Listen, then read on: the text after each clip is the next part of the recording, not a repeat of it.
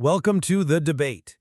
Um, when we think of being rescued, the image that usually comes to mind is, a drowning person being pulled from the water by some external force. Right, like a lifeguard just yanking you out. Exactly. The event is immediate, it's completely binary, and it requires absolutely nothing of the person being saved other than their own helplessness. The rescuer does all the heavy lifting, while the victim just sort of, remains entirely passive. Which is a very standard way to view salvation. Yeah, It is. But what if the rescue isn't a hand pulling you from the water, but rather a sudden, profound realization that you actually possess the ability to swim? What if salvation is less about being extracted from the storm and more about being fundamentally transformed so that you can navigate it? and that brings us to the core of what we're looking at today.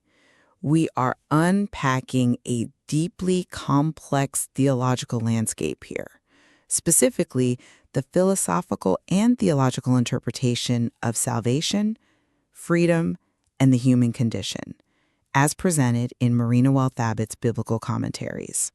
Right, looking at texts like the Acts of the Apostles, Psalm 23, 1 Peter, and the Gospel of John. Exactly.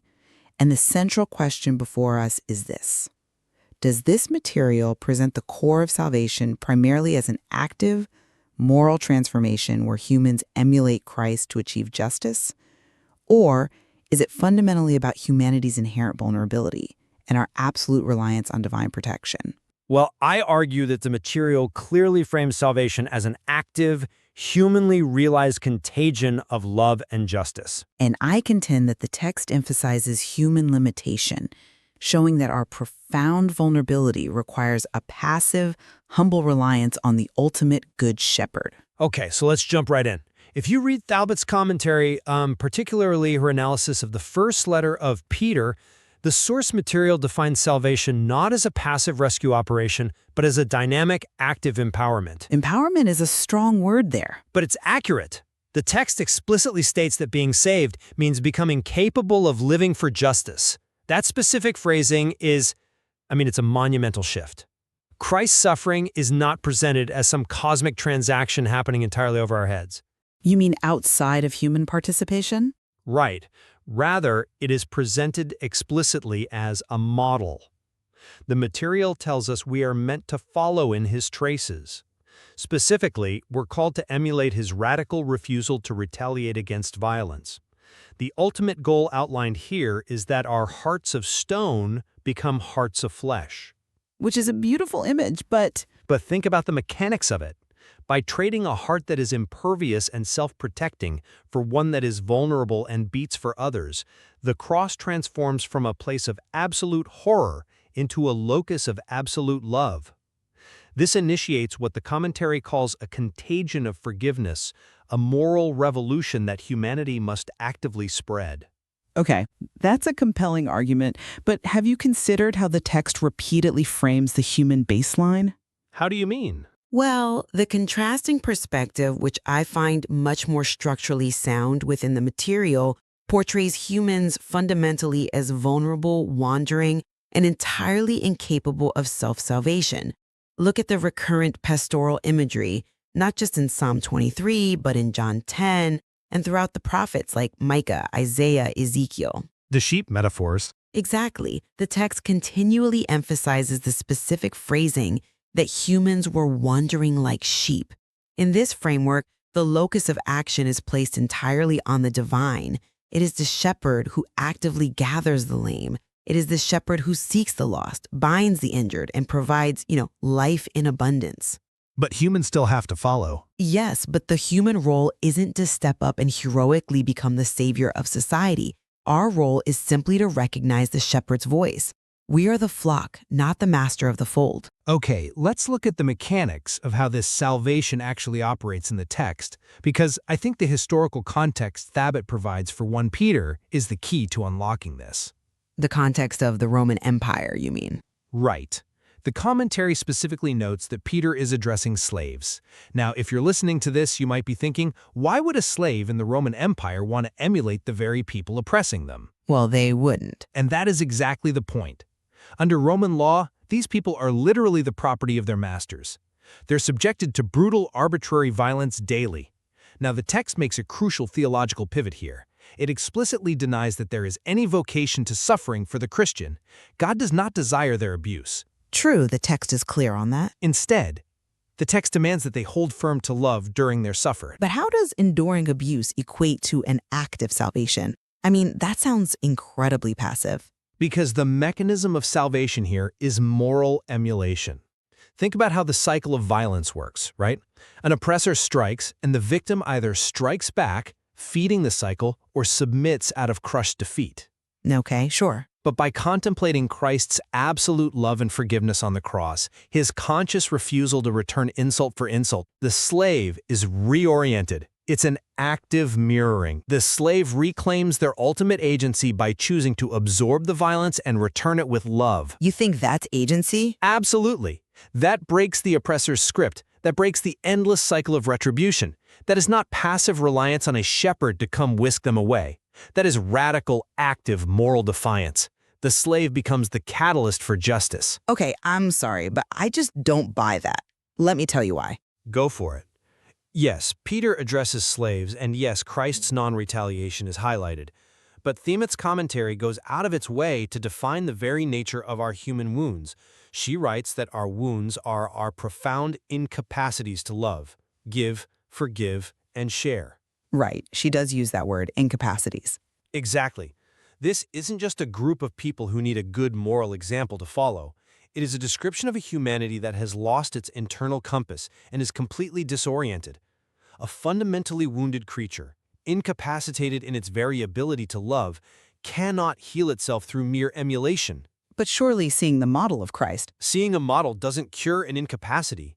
It's not like having a broken leg where watching someone else walk perfectly will somehow knit your bones back together. That's a bit of an extreme analogy, don't you think? I don't think so. It's more like trying to navigate a ship without a compass. You can paddle all you want, that's human agency, right?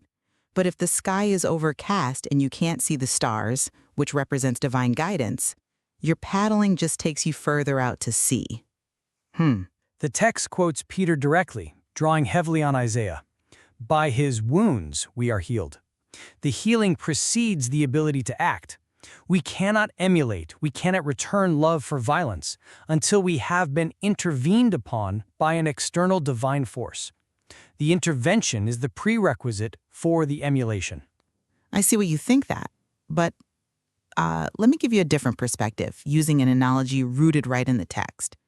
Is the shepherd's enclosure meant to be a fortress where the sheep hide away from the world, or is it a training ground? A training ground? Yeah. The commentary explicitly points out that Jesus said, "I send you as lambs among wolves." If the sheep are so deeply incapacitated, so utterly passive and reliant as you suggest, why are they being sent out into the very danger they supposedly need protection from? Well, It implies that the sheep are expected to actively engage with the danger, armed with this newly granted capacity for justice, rather than just cowering behind the shepherd. The healing isn't just a comfort, it's an empowerment to act. I have to push back there.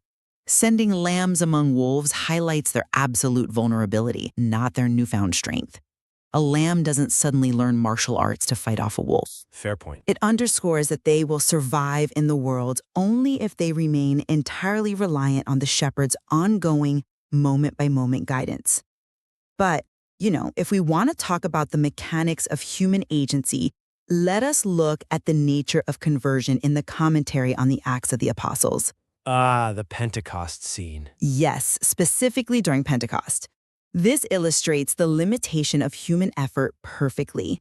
The text points out that the audience in Jerusalem only understands the truth because Peter is filled with the Holy Spirit.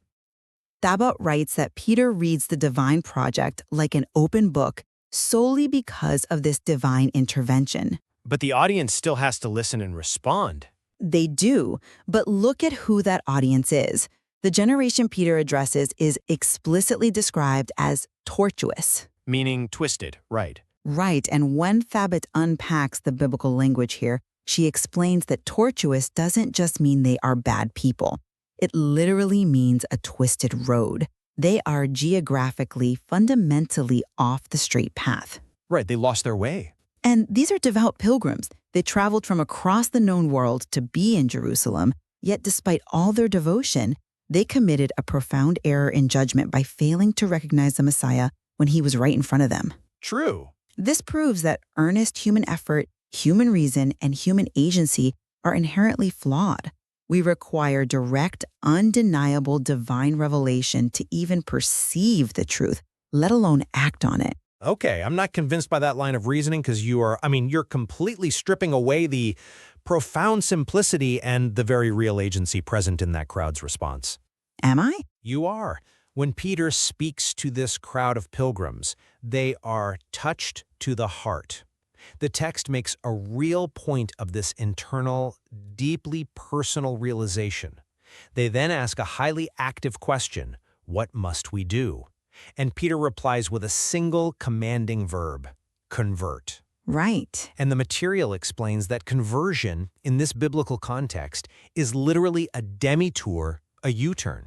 A U-turn prompted by the Spirit. Prompted, yes, but executed by the individual. You cannot make a U-turn passively. It requires immense conscious friction against your current momentum. It is an active, geographical choice to stop walking in one direction, acknowledge you are on the tortuous path, and begin walking in another. But the realization might be sparked by Peter's words, sure, but the physical and spiritual mechanics of that U-turn belong entirely to the human beings choosing to take a different route. They aren't just beamed onto the right path, they have to turn themselves around and walk it. I come at it from a different way.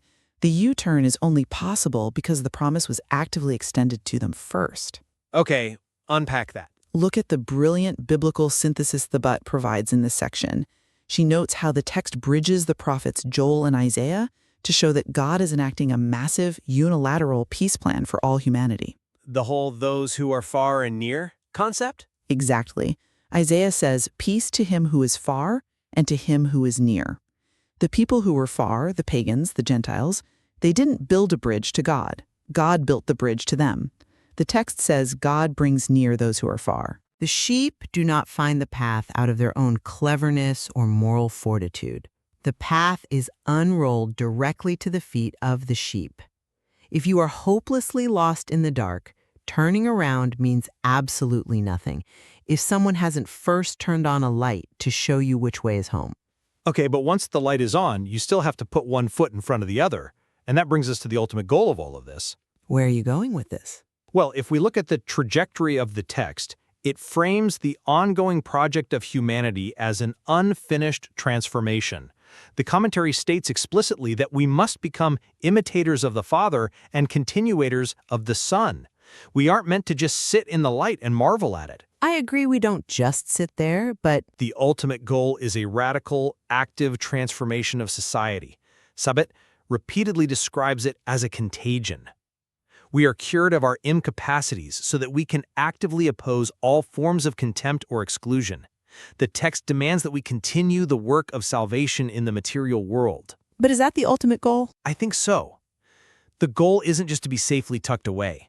The goal is to systematically dismantle the world's systems of hatred through the difficult, grueling work of radical forgiveness. The text certainly desires an ethical society. I'm not denying that. But I would argue that the ultimate goal presented in this material is unity and belonging, not just ethical action.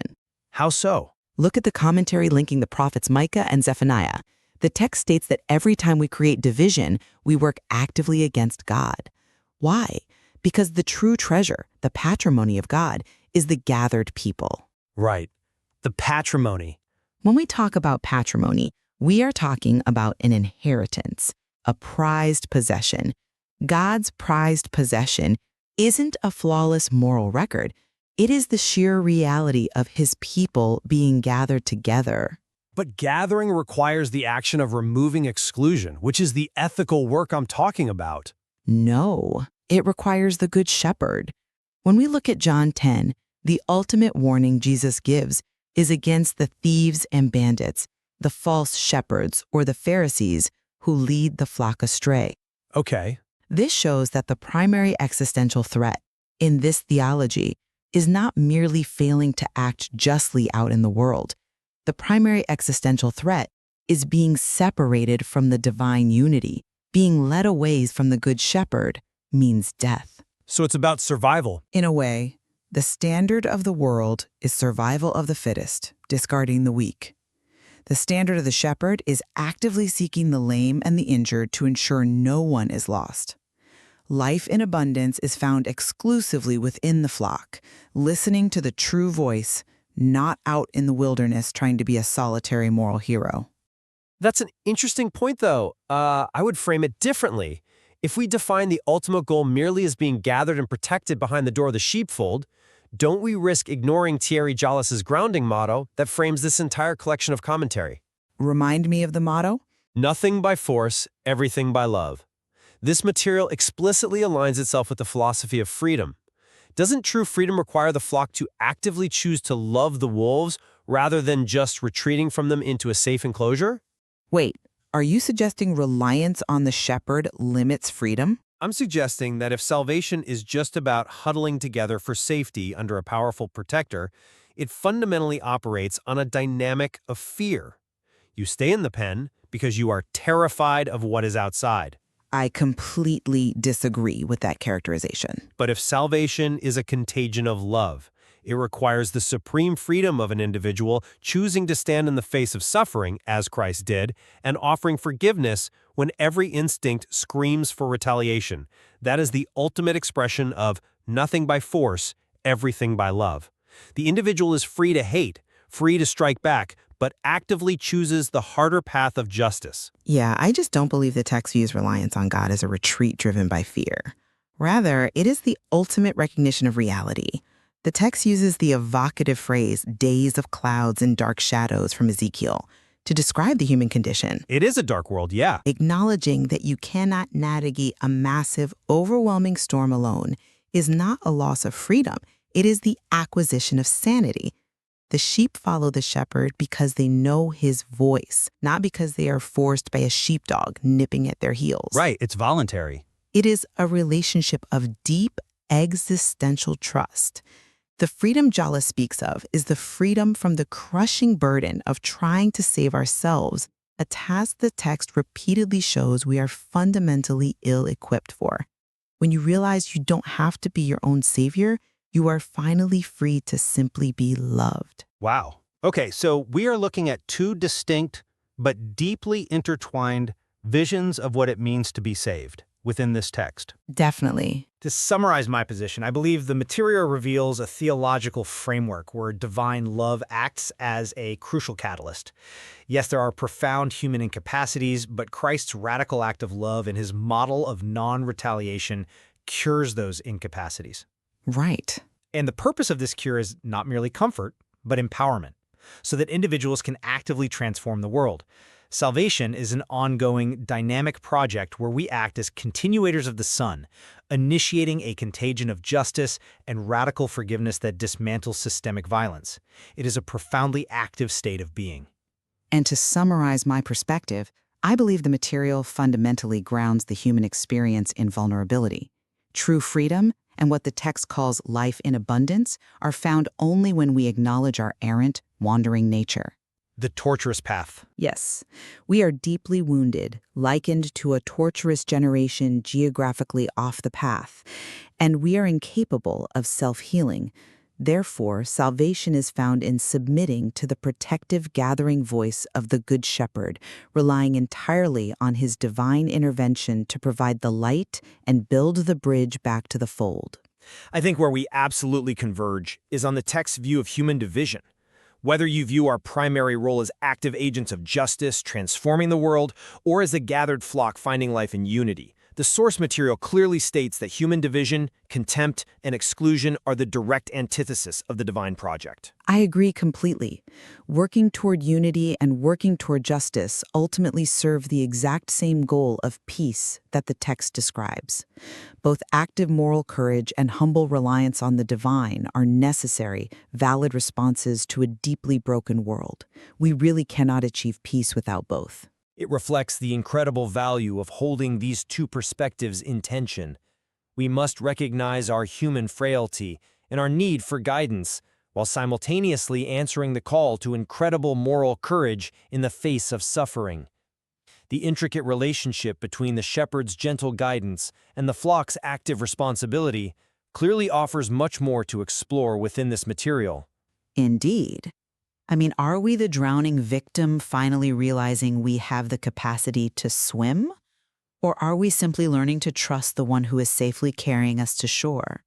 It is a question that requires us to constantly examine both our strength and our limitations. Which brings us right back to our opening thought. If salvation is not just being pulled from the water, but being fundamentally changed so you can navigate the storm, the lingering question remains. Once you realize you can swim, where do you choose to go? We will leave that for our listeners to weigh and form their own conclusions.